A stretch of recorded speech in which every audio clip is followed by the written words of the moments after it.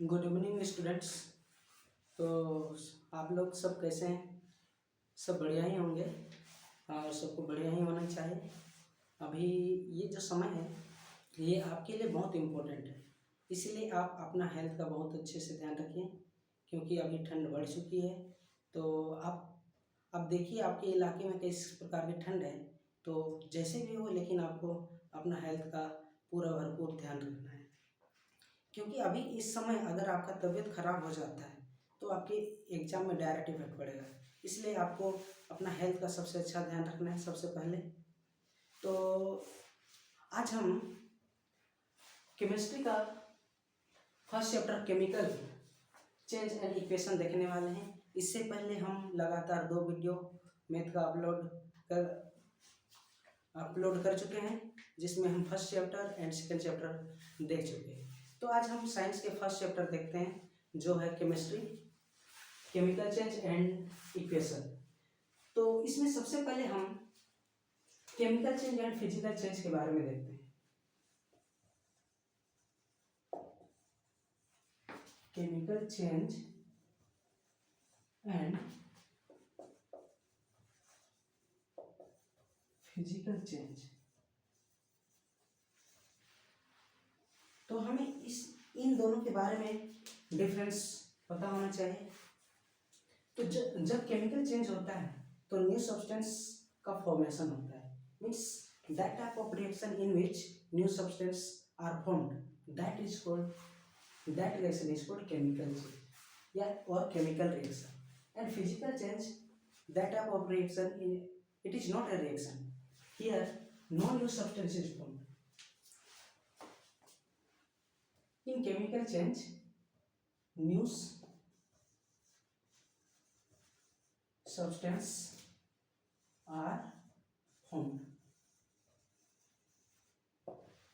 and in physical change no new substance are formed. Physical change में कोई भी new substance बनने वाला नहीं है एंड केमिकल चेंज में जो रिएक्टेंट है आपस में मिलके न्यू सब्सटेंस बनाता है। जब ये रिएक्टेंट्स आपस में मिलके न्यू सब्सटेंस बनाते हैं तब उसे प्रोडक्ट कहा जाता है। तो प्रोडक्ट का टेम्परेचर में भी चेंज आ सकता है। तो इन chemical reaction change in temperature and और क्या हो सकता है चेंज इन कलर, इसके कलर में भी चेंजेज आ सकता है एंड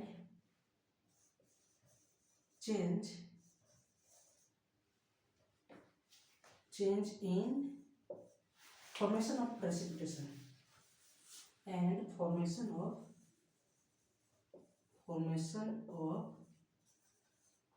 प्रेसिपिटेशन पीपीटी। एंड और क्या हो सकता है बच्चों, और हो सकता है न्यू गैस का फॉर्मेशन हो सकता है, formation of gas.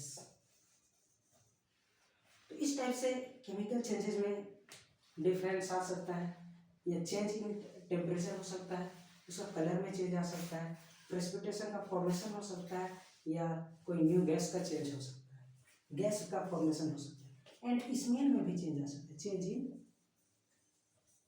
Change in smell. Physical change में ऐसे कुछ होने वाला नहीं है क्योंकि यहाँ पे एग्जाम्पल देखें तो कटिंग ऑफ पेपर,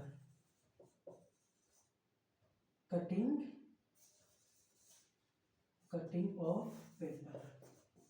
जब हम पेपर को कट करेंगे तो ये केवल स्मॉल पीसेस में चेंज हो जाएगा, इसमें कोई न्यू सब्सटेंस का फॉर्मेशन नहीं होगा, यानी इसका पेपर का प्रॉपर्टी में कोई चेंज होने वाला नहीं है। But in chemical change example देखें तो burning of gas, burning of paper ही कर लेते हैं। जब पेपर बर्न होगा तो कार्बन डाइऑक्साइड भी बनेगा जो फॉर्मेशन ऑफ गैस को शो करेगा एंड एस का फॉर्मेशन होगा। एस का जो फॉर्मेशन होगा तो एस एस और पेपर दोनों का प्रॉपर्टी एकदम बिल्कुल अलग होगा, इसलिए हम कहते हैं कि कह सकते हैं कि in chemical change new substance are formed with new properties, but in chemical change there is no formation of any new substance. तो ये है chemical change and physical change में डिफरेंस। ये था हम लोग का first topic. And second topic के है हम लोग का chemical equation.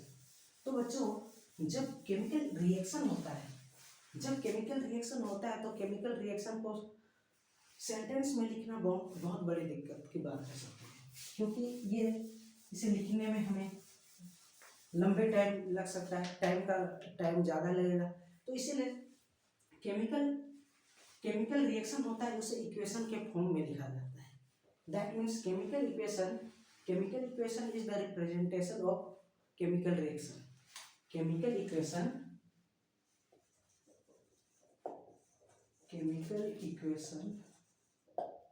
is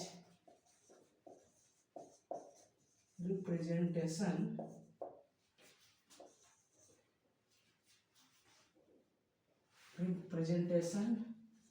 of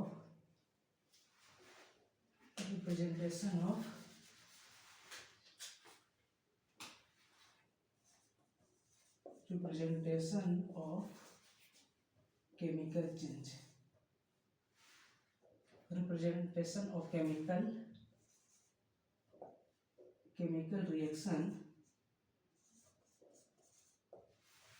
reaction in symbolic form,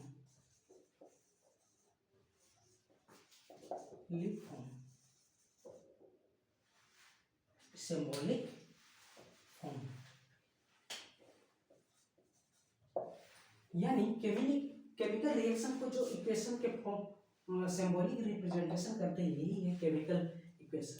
for example carbon जब ऑक्सीजन के साथ बर्न होगा तो कार्बन ऑक्सीजन के साथ बर्न होगा और ये कार्बन डाइऑक्साइड बनेगा। मीन्स इसे अगर हम लैंग्वेज में लिखेंगे तो हमें टाइम लगेगा, इसलिए जो कार्बन डाइऑक्साइड का फॉर्मेशन होता है तो हमें इस प्रकार लिखना पड़ता है। तो ये है केमिकल इक्वेशन, जिससे केमिकल रिएक्शन को हम सिंबॉलिक रिप्रेजेंटेशन में शो कर रहे हैं। ये केमिकल इक्वेशन को हमें बैलेंस भी करना होता है। अगर ये केमिकल इक्वेशन बैलेंस नहीं होता है तो उसे हम स्केलेटल केमिकल इक्वेशन कहते हैं, और जब इसे बैलेंस कर दिया जाता है तो ये बैलेंस केमिकल इक्वेशन आ जाता है। जो केमिकल इक्वेशन होता है उसे बैलेंस करने का मतलब ये हुआ कि हमें रिएक्टेंट एंड प्रोडक्ट के दोनों साइड में जो कंस्टिट्यूएंट एलिमेंट है उसे इक्वल करना पड़ता है। तो यहाँ पे आप देख सकते हैं रिएक्टेंट साइड में कार्बन एक है एंड ऑक्सीजन 2 है। प्रोडक्ट साइड में भी आप देख सकते हैं कार्बन 1 है एंड ऑक्सीजन 2। दैट मीन्स ये रिएक्शन ऑलरेडी बैलेंस्ड है।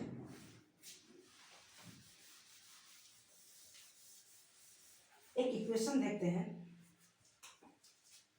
HCl plus sodium hydroxide, hydrochloric acid react with sodium hydroxide, then it will form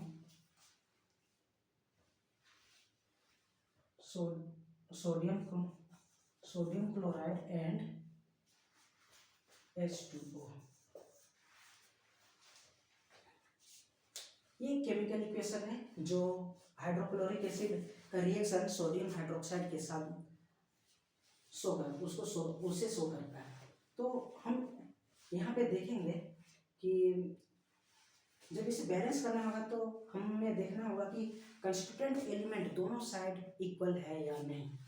तो हम देख सकते हैं यहाँ पे हाइड्रोजन 1 है, हाइड्रोजन 1 एंड 1 2, यहाँ पे भी 2 हाइड्रोजन है, सोडियम 1 है, सोडियम प्रोडक्ट साइड भी 1 है, रिएक्टेंट साइड क्लोरीन 1 है, प्रोडक्ट साइड भी क्लोरीन 1 है।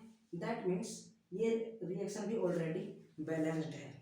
तो इस टाइप से हमें अगर स्केलेटल फॉर्म में होगा तो उसे बैलेंस करना पड़ता है,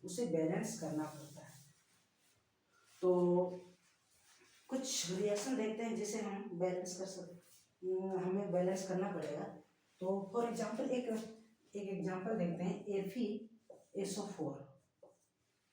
FeSO4 को जब हीट करेंगे तो ये बनाएगा प्लस SO2 प्लस SO3। जब फेरस सल्फेट को हीट करने पे हमें ferric oxide, sulphur dioxide and sulphur trioxide मिलता है। तो हमें इसे बैलेंस करना पड़ेगा। आप देख सकते हैं ये एक स्केलेटल फॉर्म है। तो रिएक्टेंट साइड में आयरन वन ही है, एंड यहाँ पे देख सकते हैं यहाँ पे टू कंस्टिट्यूएंट है। तो हमें आयरन को बैलेंस करने के लिए सबसे पहले यहाँ पे टू आयरन है, तो इसको 2 से मल्टीप्लाई करना पड़ेगा। जैसे ही हम 2 से मल्टीप्लाई करते हैं सल्फर भी 2 हो जाता है। तो आप देख सकते हैं यहाँ पे प्रोडक्ट साइड 2 सल्फर है, एंड आप देख सकते हैं यहाँ पे ऑक्सीजन रिएक्टेंट साइड 8 हो रहा है, ऑक्सीजन 8 कंस्टिट्यूएंट है। प्रोडक्ट साइड में ऑक्सीजन को काउंट करने पे आप देख सकते हैं 3 + 3 6 एंड 2 8। तो इस टाइप से प्रोडक्ट एंड रिएक्टेंट साइड का कंस्टिट्यूएंट एलिमेंट दोनों साइड इक्वल हो गया। तो इस टाइप से हमें बैलेंस्ड करना पड़ता है।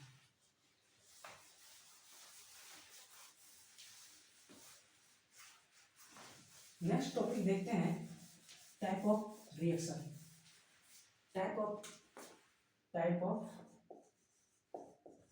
Types of chemical reaction.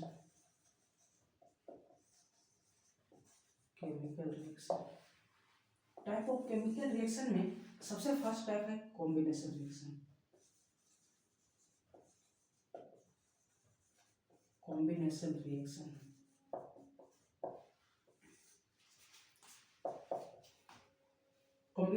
Combination reaction is that type of reaction in which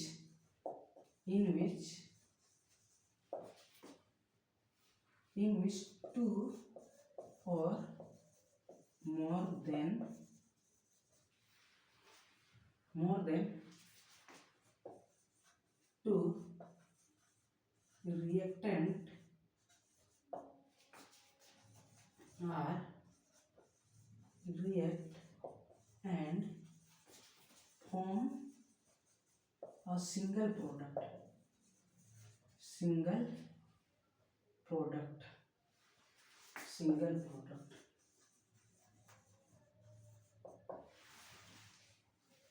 तो कॉम्बिनेशन रिएक्शन में क्या होने वाला है? कॉम्बिनेशन रिएक्शन में हमें ध्यान देना है कि इसमें 2 और मोर देन 2 रिएक्टेंट्स आपस में रिएक्ट होकर सिंगल प्रोडक्ट बनाना है।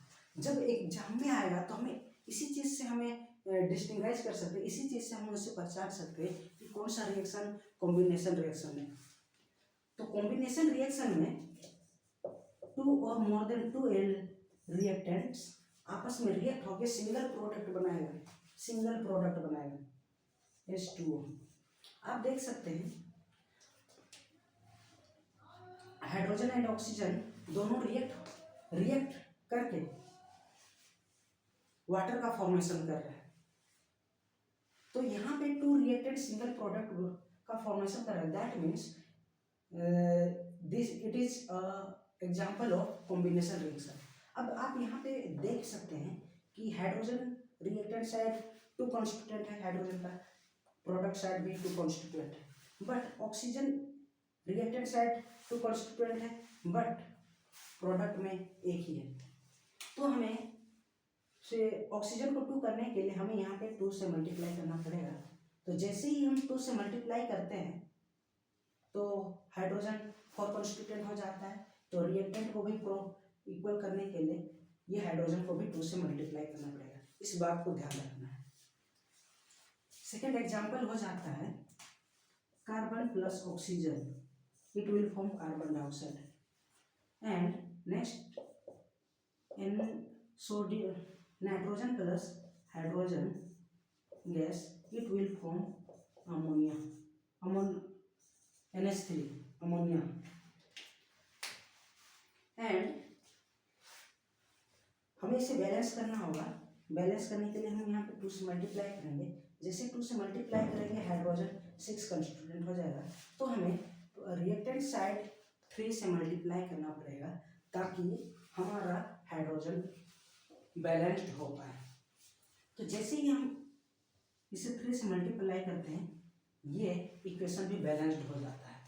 तो हमें कोई भी इक्वेशन लिखना है उसे बैलेंस्ड करके छोड़ बैलेंस करके सॉल्व करना है, बैलेंस में दिखाना है, बैलेंस्ड होना चाहिए। एंड कॉम्बिनेशन रिएक्शन का और एक एग्जांपल देख सकते हैं, जब हम कैल्शियम ऑक्साइड को वाटर में ऐड करते हैं then it will form calcium hydroxide. आप यहाँ पे भी देख सकते हैं टू रिएक्टेंट्स है एंड ये सिंगल प्रोडक्ट बना है, that means this are example of combination reaction. Combination reaction का एक ही ट्रिक है इसे पहचानने का कि ये 2 और मोर रिएक्टेंट्स से बनके सिंगल प्रोडक्ट बनेगा, सिंगल प्रोडक्ट होना चाहिए। तो नेक्स्ट हम देखते हैं डिकम्पोजिशन रिएक्शन।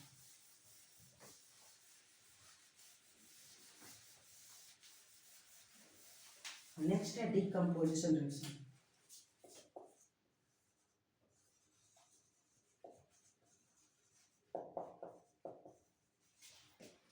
डिकम्पोजिशन रिएक्शन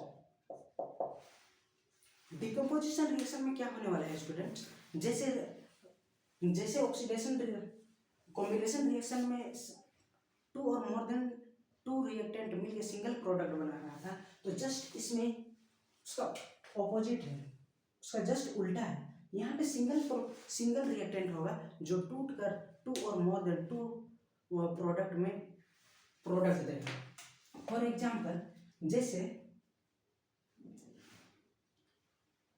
ये जो डिकम्पोजिशन रिएक्शन है डिफरेंट टाइप से होते हैं, तो हम इसे देखना पड़ेगा। फर्स्ट में है ये हीटिंग, बाय हीटिंग मीन्स जब हम हीट करेंगे किसी रिएक्टेंट को हीट करेंगे तो वो 2 और मोर देन 2 प्रोडक्ट में प्रोडक्ट देगा। फॉर एग्जाम्पल जब हम calcium carbonate when calcium carbonate is heated then it will gives calcium oxide plus carbon dioxide. When calcium carbonate is heated then it will gives calcium oxide and carbon dioxide. आप यहाँ पे देख सकते हैं, यहाँ पे सिंगल प्रोडक्ट है, ये टूट के 2 प्रोडक्ट हमें दे रहा है। दैट मीन्स डिकम्पोजिशन रिएक्शन में सिंगल रिएक्टेंट होगा जो टूट कर हमें 2 और मोर देन 2 प्रोडक्ट देने वाला है। तो डिकम्पोजिशन रिएक्शन को हम ऐसे ही पहचानेंगे, रिएक्टेंट साइड सिंगल रिएक्टेंट होगा और ये टूट के 2 और मोर देन 2 प्रोडक्ट में 2 और मोर देन 2 प्रोडक्ट देने वाला है। हीटिंग और नेक्स्ट एग्जांपल हम देख सकते हैं। नेक्स्ट एग्जांपल हम देख सकते हैं जब हम फेरस सल्फेट को हीट करेंगे, फेरस सल्फेट को हीट करेंगे, when we heat ferrous sulphate it will give ferric oxide Fe2O3 plus sulphur dioxide and sulphur trioxide, it will gives ferric oxide and sulfur dioxide and sulfur trioxide. ये ferrous sulphate है बच्चों, ध्यान देना, and ये ferric oxide. तो हमें इसे balance करने के लिए यहाँ पे आप देख सकते हैं प्रोडक्ट साइड 2Fe है, तो हमें रिएक्टेंट को 2 से मल्टीप्लाई करना पड़ेगा। जैसे ही हमने 2 से रिएक्टेंट को मल्टीप्लाई किया सल्फर 2 हो जाता है, एंड यहाँ पे भी प्रोडक्ट साइड आप देख सकते हैं ये 2 कंस्टिट्यूएंट है और ऑक्सीजन ऑलरेडी बैलेंस्ड है। तो ये डिकम्पोजिशन बाय हीटिंग, ये 2 एग्जांपल हो गया। तो आपको ये डिकम्पोजिशन रिएक्शन सबसे इम्पोर्टेंट है। क्वेश्चन में डायरेक्ट ये क्वेश्चन दे देता है, एग्जाम में डायरेक्ट ये क्वेश्चन देने वाला है, लेकिन ये इस फॉर्म में नहीं देगा, ये लैंग्वेज के फॉर्म में देगा, तो आपको ये इक्वेशन को एज इट इज लर्न करना है, प्रैक्टिस करना है, कॉपी में लिख लिख के प्रैक्टिस कीजिए। तो इसे एज इट इज लर्न करना है, ये लैंग्वेज में आएगा, उसे आपको पहचानना पड़ेगा और ये इक्वेशन लिखना पड़ेगा। तो नेक्स्ट डिकम्पोजिशन है बाय इलेक्ट्रोलाइसिस। बाय सेकेंड होने वाला है इलेक्ट्रोलाइसिस।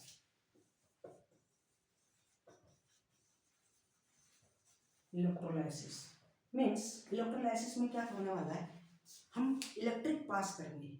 जैसे इलेक्ट्रिक पास करेंगे कोई सिंगल रिएक्टेंट में, for example water, when we pass electric into water, then it will gives H2 plus O2।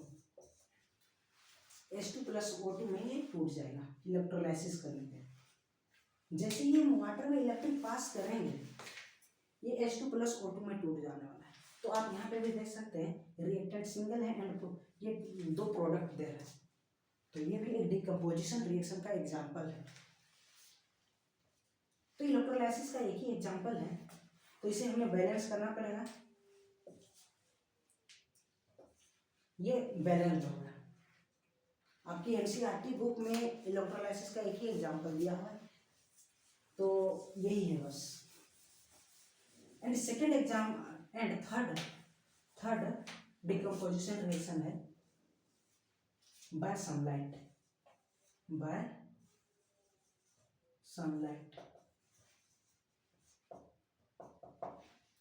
तो सनलाइट के प्रेजेंस में डिकम्पोजिशन देने वाले कंपाउंड Ag के फॉर्म में होता है, Ag सिल्वर के फॉर्म में होता है। आप ध्यान दीजिएगा, AgCl, कहीं पे भी आपको Ag दिखाई दे AgCl, AgBr, तो आपको समझ जाना है कि ये डिकम्पोजिशन रिएक्शन बाय हीट, ये सनलाइट है। जैसे ही ये सनलाइट में एक्सपोज होगा, it will gives Ag plus Cl। ये Ag सॉलिड है एंड ये गैस है। एंड सेकेंड है AgBr। जैसे ये सनलाइट में एक्सपोज किया जाएगा, ये भी Ag plus Br2 ये प्रोडक्ट प्रोड्यूस करेगा। तो ये इस टाइप से हम डिकम्पोजिशन रिएक्शन तीनों देख लिए। तो आप डिकम्पोजिशन रिएक्शन का ये एग्जाम्पल बहुत इम्पोर्टेंट है, आप इसे अच्छे से कीजिए, कॉपी में नोट कर लीजिए, याद कीजिए, याद करना पड़ेगा बच्चों आपको, क्योंकि एग्जाम में ये क्वेश्चन डायरेक्ट आने वाला है। लेकिन आपको ये लैंग्वेज के फॉर्म में पूछेगा, इसको ध्यान देना है। थर्ड है डिस्प्लेसमेंट रिएक्शन।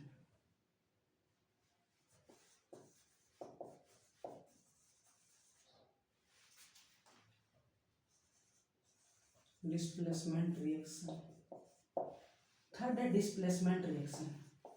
तो डिस्प्लेसमेंट रिएक्शन में आपको रिएक्टिविटी सीरीज आनी चाहिए। यदि आपको नहीं आता है तो याद कर लीजिए, नहीं तो क्वेश्चन छोड़ के आइए। बेहतर है कि आप अभी आपके पास टाइम है, अभी समय है, आप याद कर सकते हैं, याद कीजिए और एज इट इज क्वेश्चन आएगा, ये बहुत ईजी आता है। तो आपको रिएक्टिव सीरीज ये साइड लिख देता हूँ, का ना का मग अल जन फी ब हा कु हा AgAu and PT।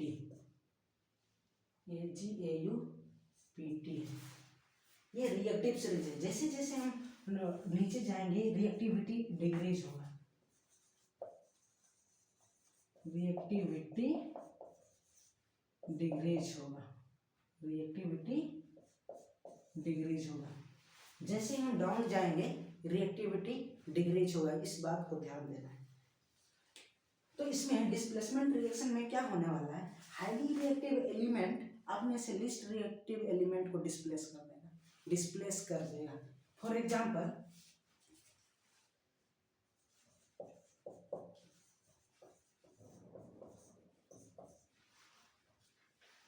When zinc is react with copper sulphate, आप देख सकते हैं जिंक लाई करता है यहाँ पे एंड कॉपर लाई करता है यहाँ पे, it means zinc is highly reactive then copper, then zinc will displace copper, then it will form zinc sulphate and copper displace हो जाएगा, क्योंकि कॉपर लीस्ट रिएक्टिव एलिमेंट है, और जब जिंक हाईली रिएक्टिव एलिमेंट आएगा तो ये कॉपर को डिस्प्लेस कर देगा और इस टाइप से फॉर्मेशन करेगा। तो डिस्प्लेसमेंट रिएक्शन को पहचानने का एक तरीका है कि ये हमेशा ये एलिमेंट के फॉर्म में आएगा, ये एलिमेंट के फॉर्म में सिंगल आएगा, ये एलिमेंट के फॉर्म में आएगा, तो आपको समझ जाना है कि ये डिस्प्लेसमेंट रिएक्शन है। और एक दो डिस्प्लेसमेंट रिएक्शन का एग्जांपल हो सकता है, तो हम Fe प्लस कॉपर सल्फेट देखें। Fe जब कॉपर सल्फेट को आयरन से रिएक्ट कराएंगे, कॉपर सल्फेट को आयरन से रिएक्ट कराने पर देखिए आयरन लाई करता है यहाँ पे एंड कॉपर लाई कर रहा है यहाँ पे, that means iron is highly reactive then copper, then iron will displace copper from copper sulfate and it will form iron sulfate and copper will displace। तो इस टाइप से ये रिएक्शन आता है, तो आप देख सकते हैं ये ऑलरेडी बैलेंस्ड है, ये इक्वेशन ऑलरेडी बैलेंस्ड है, तो आपको इसे बैलेंस करने की कोई जरूरत नहीं। एंड ये रिएक्टिविटी सीरीज है, इसे आप ध्यान से कीजिए, याद करने का ट्रिक देख लीजिए। काना का मग अल जन फी ब हा कु हाग ए जी ए यू पी टी। तो इस तरीके से आप याद कर सकते हैं। अगर आपको किसी अन्य तरीके से याद है तो वो भी बहुत अच्छा बात है, किसी भी तरीके से, लेकिन हमें रिएक्टिविटी सीरीज को याद करना है। आप किसी भी तरीके से याद कर सकते हैं, ये कोई मैटर नहीं करता है, लेकिन आपको याद करना है। देखिए बच्चे, अभी भी टाइम है, यदि हम अपने टाइम का सही तरीके से यूटिलाइज करें तो हम अपने एग्जाम में अच्छा परफॉर्मेंस कर सकते हैं, अच्छा परफॉर्म कर सकते हैं। तो अभी भी टाइम है, आप अच्छे से कीजिए, हो जाएगा। नेक्स्ट है डबल डिस्प्लेसमेंट, फोर्थ है डबल डिस्प्लेसमेंट।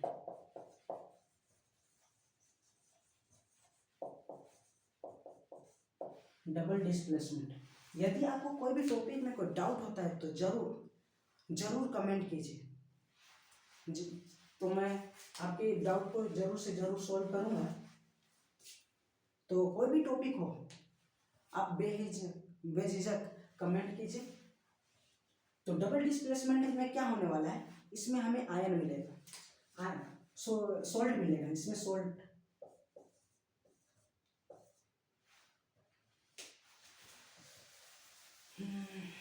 इसमें होने वाला है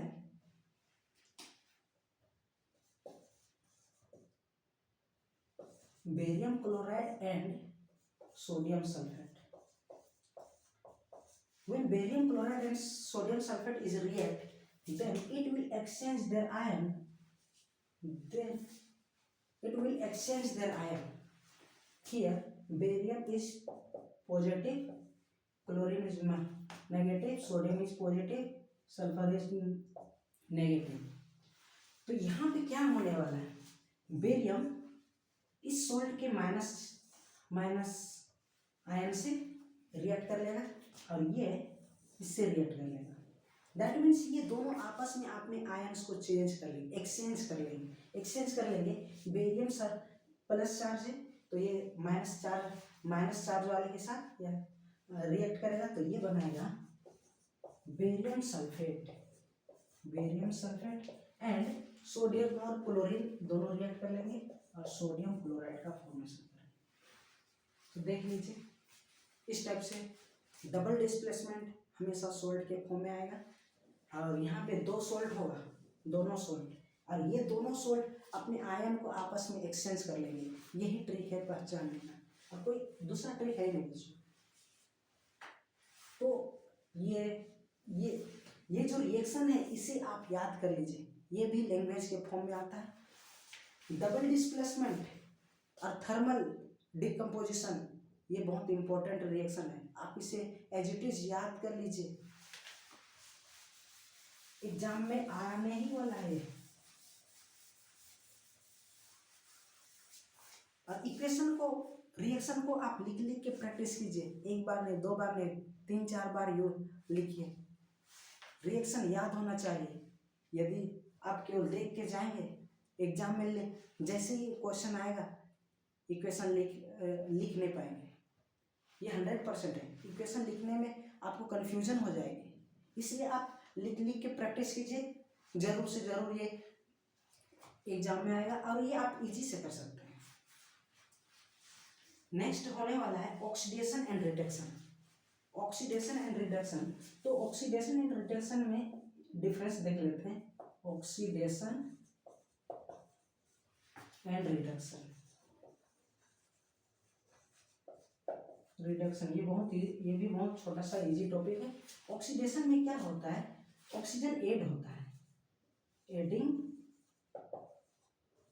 ऑफ ऑक्सीजन, एंड रिडक्शन में क्या होता है, एडिंग ऑफ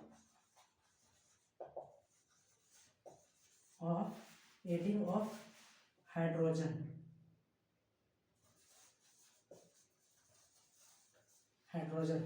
ऑक्सीजन ये पूरा लिख देता हूँ। एंड यहाँ पे रिमूव होगा, क्या रिमूव होगा, हाइड्रोजन, रिमूवल ऑफ हाइड्रोजन, इसमें हाइड्रोजन रिमूव होने वाला है, यहाँ पे रिमूवल ऑफ ऑक्सीजन।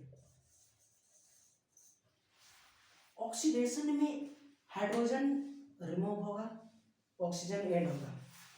रिडक्शन में हाइड्रोजन ऐड होता है या ऑक्सीजन रिमूव होता है। तो कोई भी रिएक्शन आएगा उसे हमें पहचानना पड़ेगा कि कौन ऑक्सीडेशन हो रहा है और कहाँ रिडक्शन हो रहा है। तो अगर किसी रिएक्शन में अगर ऑक्सीजन ऐड हो रहा है तो ऑक्सीडेशन, अगर हाइड्रोजन रिमूव हो रहा है तो भी ऑक्सीडेशन। रिडक्शन कौन होने वाला है, जिसमें हाइड्रोजन ऐड हो रहा है या ऑक्सीजन रिमूव हो रहा है। तो हम ऑक्सीडेशन एंड रिडक्शंस का कुछ एग्जांपल देखते हैं। कुछ एग्जांपल, इसका एग्जांपल हो सकता है जैसे ऑक्सीडेशन का, मैग्नीशियम को ऑक्सीजन से रिएक्ट कराने पे ये MgO आ जाएगा, इसे MgO आएगा, बैलेंस करेंगे तो ये इस टाइप से आएगा। तो आप देख सकते हैं ये मैग्नीशियम ऑक्सीजन से रिएक्ट करके यहाँ पे मैग्नीशियम ऑक्साइड बनाएंगे, यानी यहाँ पे प्रोडक्ट बनने के लिए मैग्नीशियम ऑक्सीजन को ऐड कर लिया, दैट मीन्स ये ऑक्सीडेशन हो रहा है। मैग्नीशियम का ऑक्सीडेशन हो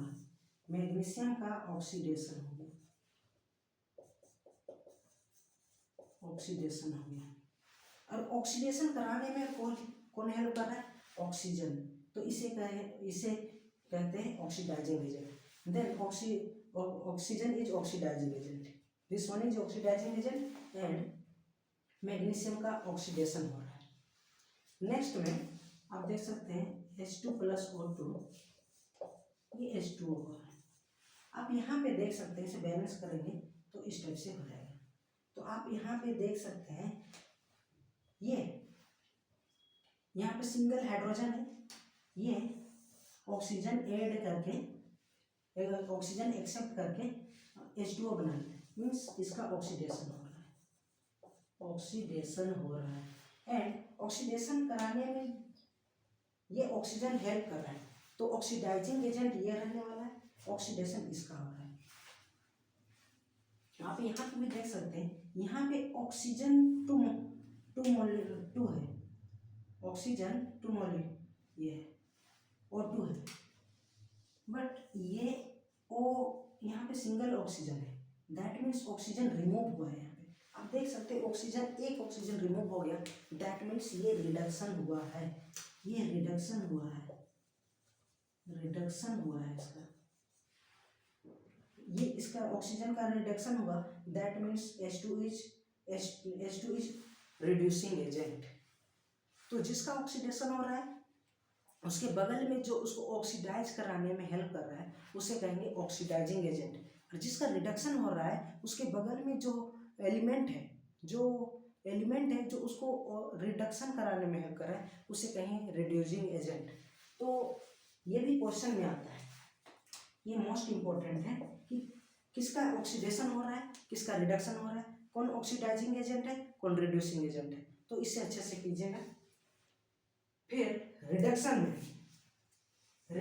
में ये हो सकता है कॉपर ऑक्साइड। जब कॉपर ऑक्साइड को हम H2 से रिएक्ट करेंगे then it will form copper plus H2O। जब हम कॉपर ऑक्साइड को हाइड्रोजन से रिएक्ट करते हैं तो ये कॉपर प्लस वाटर का फॉर्मेशन करता है। तो आप यहाँ पे देख सकते हैं, यहाँ पे ऑक्सीजन था, अब प्रोडक्ट में ऑक्सीजन हट गया, प्रोडक्ट बनाने के लिए ऑक्सीजन हट गया, means that means removal of oxygen, it means इसका रिडक्शन हो रहा है, रिडक्शन हो रहा है। रिडक्शन कराने में कौन हेल्प कर रहा है, रिडक्शन कराने में ये H2 हेल्प कर रहा है, दैट मीन्स ये H2 रिड्यूसिंग एजेंट है, ये रिड्यूसिंग एजेंट है और इसका रिडक्शन हो रहा है। आप यहाँ पे देख सकते हैं H2 है और यहाँ पे ऑक्सीजन ऐड कर लिया, मीन्स इसका ऑक्सीडेशन हो रहा है, इसका ऑक्सीडेशन हो रहा है। एंड ऑक्सीडेशन कराने में कौन हेल्प कर रहा है, copper oxide, that means oxidising agent copper oxide हो गया एंड ऑक्सीडेशन H2 का हो रहा है। H2 ऑक्सीडाइज होके H2O बना रहा है, H2 ऑक्सीडाइज होके H2O बना रहा है एंड ये ऑक्सीडाइजिंग एजेंट है। इस बात को ध्यान रखिएगा। अगर कोई कन्फ्यूजन होता है तो आप ज़रूर कमेंट कीजिए, एक बार वीडियो को रिपीट करके देख लीजिए, आपका डाउट है वो ज़रूर से ज़रूर क्लियर हो जाएगा। अगर कोई डाउट रह जाता है तो ज़रूर कमेंट कीजिए, हम आपको ज़रूर बताएंगे।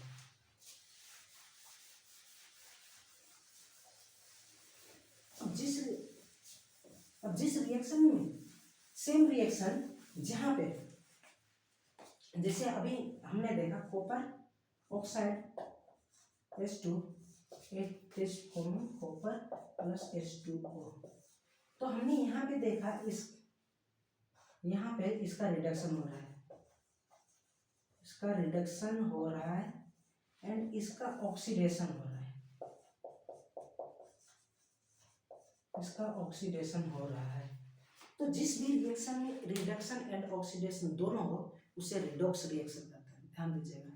जिस भी रिएक्शन में ऑक्सीडेशन एंड रिडक्शन दोनों हो उसे रिडॉक्स रिएक्शन कहते हैं। तो ये एक रिडॉक्स रिएक्शन का एग्जांपल है। तो इसके बाद हम देखने वाले हैं कोरोजन।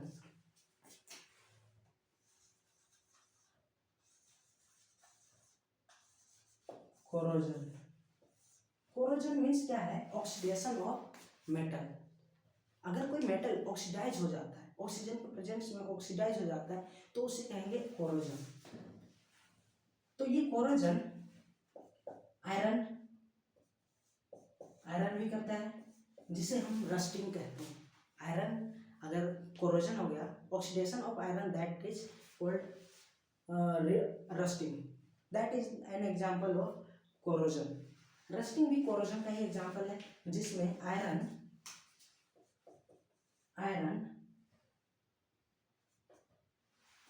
रिएक्ट कर लेगा ऑक्सीजन के साथ, ऑक्सीजन के साथ ये आयरन रिएक्ट करने वाला है। फिर ये जैसे ये water, iron oxygen and water के साथ रिएक्ट करके ये Fe2O3 ये बना लेता है फेरिक ऑक्साइड।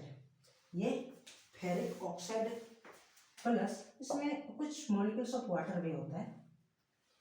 तो इस टाइप से आयरन कोरोजन कर लेता है। ऑक्सीजन से इस प्रकार आयरन रिएक्ट करके कोरोजन रस्टिंग कर लेता है। नेक्स्ट है एल्युमिनियम। एल्युमिनियम जब ऑक्सीजन से रिएक्ट करता है तो ये एल्युमिनियम O3 ये बना लेता है, एल्युमिनियम ऑक्साइड। एल्युमिनियम ऑक्साइड का फॉर्मेशन कर लेता है। एल्युमिनियम जब ऑक्सीजन के साथ रिएक्ट करता है, यानी oxidation of aluminium, that form aluminium oxide. तो इस टाइप से ये एल्युमिनियम का भी कोरोजन होता है।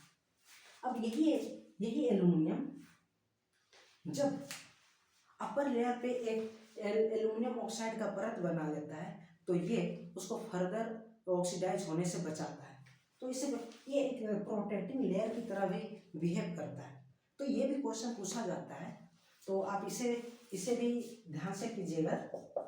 ये इम्पोर्टेंट क्वेश्चन बनता है कि एल्युमिनियम जब ऑक्सीजन के साथ रिएक्ट करता है then it will form aluminium oxide, and this aluminum oxide is used as the used as the protecting layer of the oxide aluminum। ये ध्यान दीजिएगा। तो इस टाइप से ये कोरोजन भी हो गया। एंड नेक्स्ट है रेंसिडिटी। अब हम एकदम ये टॉपिक खत्म करने वाले हैं। तो अब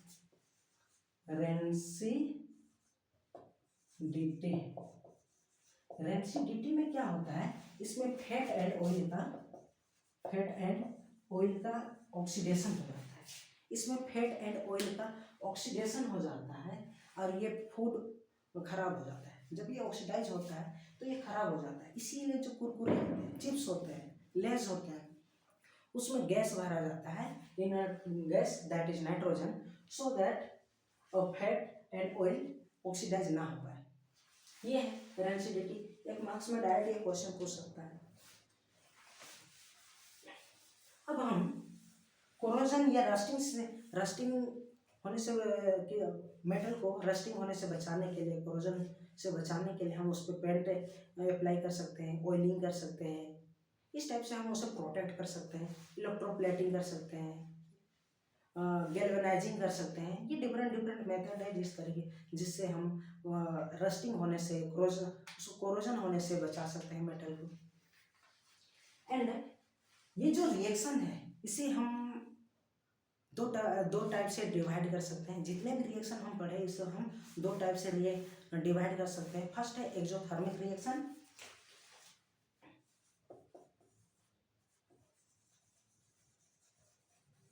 exothermic reaction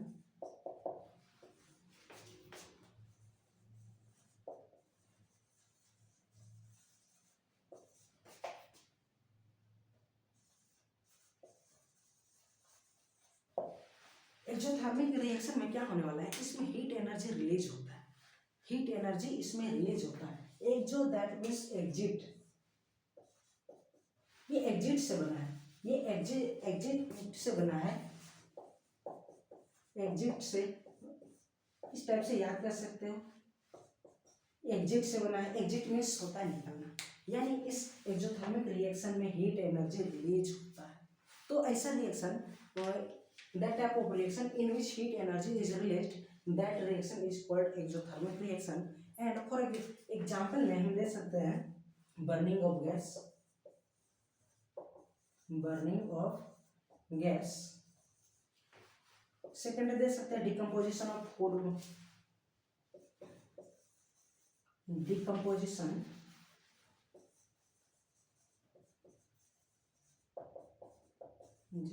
of vegetables, food, garbage।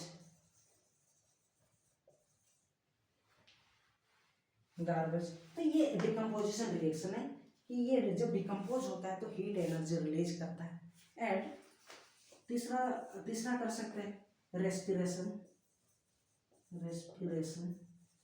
क्योंकि रेस्पिरेशन के थ्रू जब रेस्पिरेशन होता है तो ऑक्सीजन के साथ ग्लूकोज का रिएक्शन होता है एंड हीट एनर्जी रिलीज बहुत सारा एनर्जी रिलीज करता है। ये माइटोकॉन्ड्रिया में होता है, ध्यान दीजिएगा। रेस्पिरेशन, तो ये दो तीन एग्जाम्पल है जो एक्सोथर्मिक रिएक्शन के एग्जाम्पल है।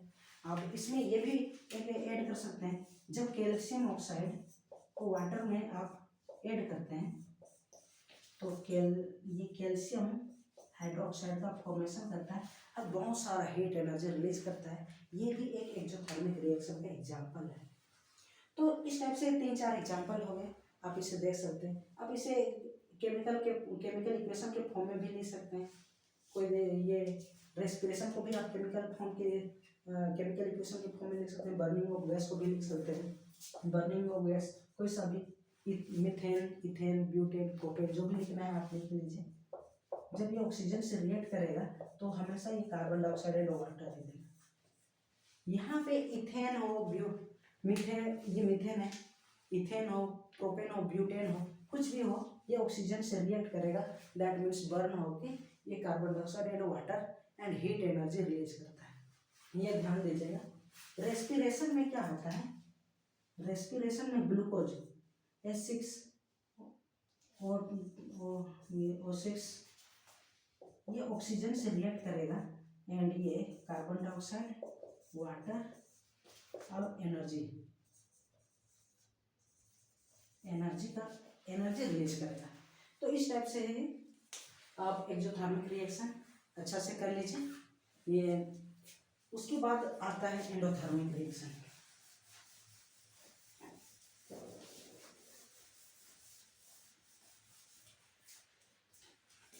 एंडोथर्मिक रिएक्शन में क्या होने वाला है, इसमें रिएक्शन कराने के लिए हमें हीट देना पड़ता है। दैट मीन्स हम यहाँ पे एग्जाम्पल में डिकम्पोजिशन रिएक्शन का एग्जाम्पल लिख सकते हैं। डिकम्पोजिशन रिएक्शन का जितने भी एग्जाम्पल है उसे रिएक्शन कराने के लिए हमें हीट देना पड़ रहा था। थर्मल डिकम्पोजिशन बाय सनलाइट, हम एंडोथर्मिक रिएक्शन में लिख सकते हैं। तो इस टाइप से आज हम केमिकल चेंज एंड इक्वेशन देख लिए। अगर आपको कोई भी डाउट हो, चैप्टर अभी पूरा क्लियर हो चुका है, पूरा खत्म हो चुका है। जितने भी टॉपिक थे मैंने आपको शॉर्ट ड्यूरेशन में कंप्लीट करा दिया। तो आपको कोई भी डाउट होता है ज़रूर से ज़रूर कमेंट कीजिए और आप मन लगा के पढ़ाई कीजिए, ध्यान से पढ़ाई कीजिए। आपका एग्ज़ाम का बोर्ड ज़्यादा दिन और बाकी नहीं है। अभी दिसंबर चल रहा है, आपका एग्ज़ाम फरवरी से स्टार्ट हो जाएगा। CBSE का 17 फरवरी से है। तो आप मन लगा के पढ़ाई कीजिए। कोई डाउट हो आप कमेंट कीजिए, मैं आपके साथ हूँ। मैं आपके साथ इसलिए यहाँ पे हूँ ताकि आपका एग्ज़ाम अच्छा से जाए, आपका पेपर अच्छा से हो, आप अच्छा स्कोर कर सके।